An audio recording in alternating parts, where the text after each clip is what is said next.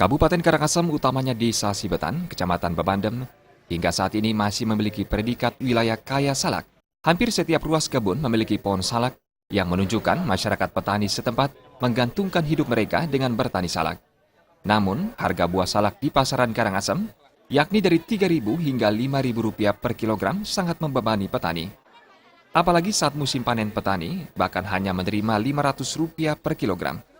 Salah seorang pedagang salak di Pasar Kalanganyar, Desa Sibetan, Niwayan Srinik mengatakan, dengan harga yang murah ini, tidak hanya petani salak yang dirugikan, tetapi juga pedagang yang tidak memperoleh keuntungan yang sesuai. Untuk itu pemerintah diharapkan mencari solusi agar harga salak lokal Karangasem mampu terangkat.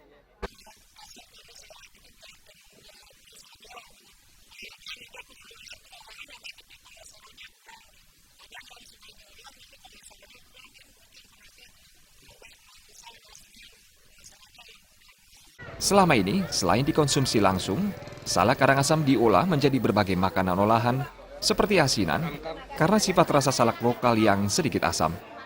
Jaya Kusuma dan Indra Wijaya, Bali TV.